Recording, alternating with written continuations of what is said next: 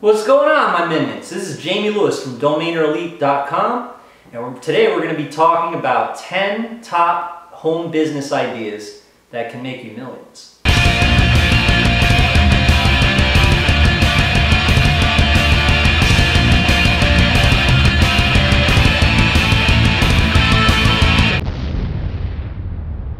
All right, number one, you can create a service. And you can do it using free traffic. It's not going to cost you any money at all at first to start it. A service is a little bit different than a product. And the way it goes down is you'll have a little promotion somewhere on the internet and you'll say, hey, for $100, I will do this for you. You might have heard of Fiverr. Fiverr is a place where you can find people who will fulfill services for you. Now, I'm not saying to make your living at Fiverr unless you feel it's best for you. But services are what I always recommend to people if they're down and out and have no money and they need money fast. First of all, assess your skill sets. Do you know how to do graphic design? Do you know how to build websites? Do you know how to teach piano lessons? Are you a therapist? Are you an out-of-work attorney? Are you good on the phone? Can you find people jobs? Can you get people traffic to their websites? These are all ideas you could write down. You might not be good at any of those things, but you might be good at something else. So write down a list of the things that you're really good at, and then let's talk about how to get traffic to this service. A service business can be done very simply using Craigslist.org and your email. Your service can be done very, very easily using 3 websites. Craigslist.org for the traffic, your email to intercept potential customers, and then your PayPal account to take payments. Once the payment comes through, you do the work for your customer. You're in contact with them via email, and you fulfill the work, whatever it is that you advertised. You don't need a website, you don't need anything. You just need your skill set. You're working for someone else. It's the same model that an attorney or an accountant uses. So congratulations, you've hit the big time. How much are you going to charge? $50 an hour? $100 an hour? $200 a month? $200 a week? You have to figure that out. But I'd recommend to have really good bargain prices. Because you know what? It's better to have 50 clients that are happy, they're not paying too much, than have one client for $5,000 every 2 months or something like that. With those types of situations, you could end up in a boss-employee situation, which is really not recommended. We're looking to do more non-exclusive type work on the internet, right? We want to become internet millionaires. And the reason why, if you create something that is $100 or something, you know, $100 a month, and I'll do this for you, you're going to get a lot of clients. You might get 100 of them. And then at that point, you're going to have enough money to hire people to help you. All right? So think of it that way. And then you're going to have lots of happy clients, and then you're going to have the money to be able to hire people while you're doing the work, and then you can scale, you can grow, you can get 1,000 clients, 2,000 clients, and up and away you go.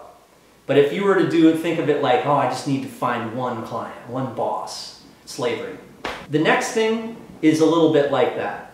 But since we're talking internet marketing right here, we might as well go into the obvious, which is you could start a marketing service. That's number 2 here.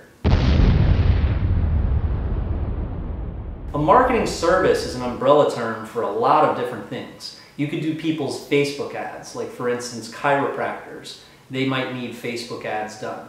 So you call up every chiropractor in the United States and you do their Facebook ads. You might do SEO for people. You might create blogs for people. You might get expired domain traffic for people. So if you've watched my videos and you're learning internet marketing, you might really feel confident. And at that point, you know what? Whatever you're really good at, why don't you do some work for some marketers or some webmasters or some business people on the internet?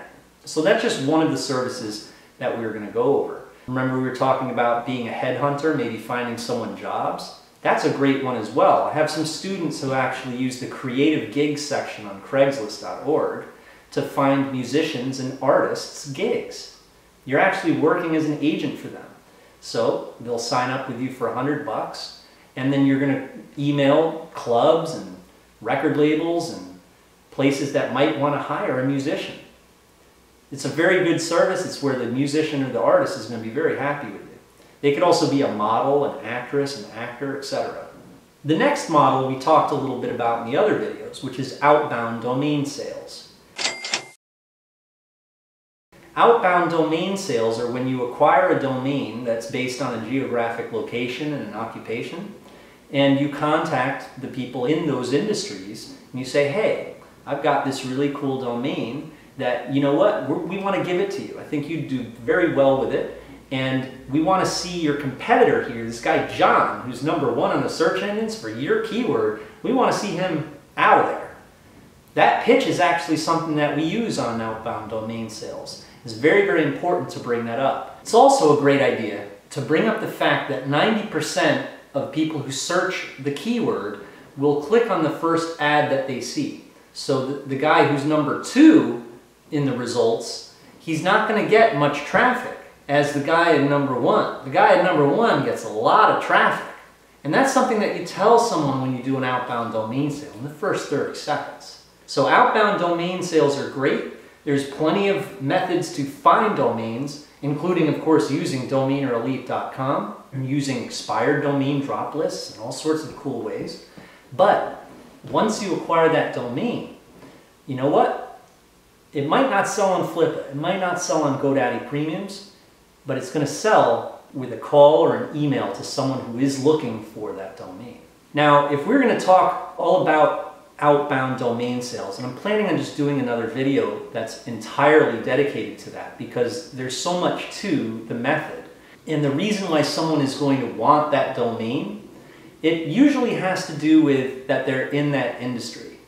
And so there's so many tips and tricks to who you're going to call. And there's also a lot of preparation that you have to do before you make that call. Typically, stage 1 is acquiring the domain.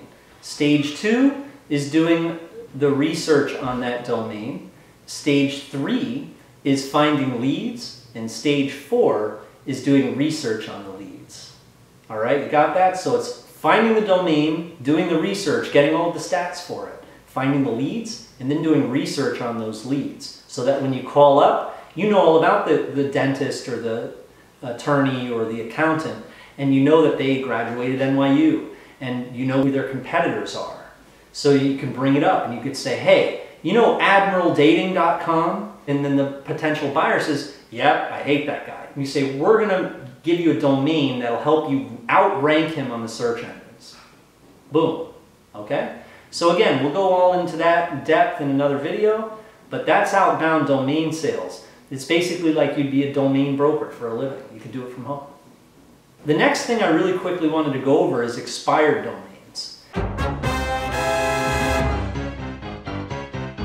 Domain names sometimes expire and they're not renewed. The owner doesn't like it or forgot about it and didn't pay the bill and it expires. Well, guess what? It could have been a website and it could have a ton of traffic coming from it. So once you acquire an expired domain name, you can either develop a website on it and it's going to get a bunch of traffic from all the advertisements that the old owner did, right? Or you can just forward it immediately, going to an affiliate offer and make commissions. The next thing is something that, of course, got me into the game, which is simply writing a book. This is something that I've seen a lot of students do, especially when someone comes to me and they're from the old days and they not really into a lot of the technical stuff. So I say, hey, why don't we go back to your roots? Why don't you have some fun? Why don't you write a book about something that you really have experience in, something that help people out. And then you can sell it either on Kindle or you could create a ClickBank website and you can sell it on ClickBank. Those are just some good promotional ideas. Cool thing about ClickBank is you're going to get a whole bunch of affiliates. I mean, you will on Amazon as well, but on ClickBank you can sell ebooks for like $50 and super laser target that. And it's a little bit of a smaller marketplace than the Amazon marketplace. But writing a book is really fun, you know. I mean, it is pretty simple to do too. We're talking about an ebook, all right? So you write out your ebook, you start with a table of contents, and that table of contents would also be kind of like your promotional material, you know? Think of it that way. Like, you know, when you have your bullet points and you're like, hey, in this book you will learn, star, how to do this and star, how to do that and star, how to do this, right? And then your table of contents, chapter 1, chapter 2, chapter 3, make those your bullet points. It's great too with Kindle because, you know, a lot of the time people can take a look at that first page, you know, the look inside button. Well, they're going to see that. And if you make your table of contents really awesome, be like, oh wow, I want to learn how to do that. All right, good tip. The next thing is build an app. The best example I could use is a recent one, Domainer Elite. DomainerElite.com is an app that I built. It's not a mobile app, it's more of like an online app that I put together here. And then I hired programmers to help me take my idea and put it together. I don't know how to build apps myself, but I've built many apps, including mobile apps, by telling somebody my vision, the idea that I came up with. And then a great way to do it, and this is a great piece of advice, this is the secret, is to record a screen share PowerPoint presentation of your vision and give that to the programmer. So for instance, when you go on freelancer.com to hire someone to build your app, this idea you had, don't just text him and say, I'd like it to do this and that. Show him a video, maybe a 10-minute video of you drawing it out, you know, a drawing or something, or maybe you drew it out prior to recording it with your iPhone, right? You have a drawing and you're recording it with your iPhone. Point at certain areas in the picture and send him that video or her that video and explain to them through the video, and they say, I watched your video, I totally understand what you're getting at now, right? It's a great way to do it. The awesome thing about building apps is that they sell on autopilot, all right? Because there's no service, it's just done. Someone presses the button, hey, I want to buy this, and then they download the app.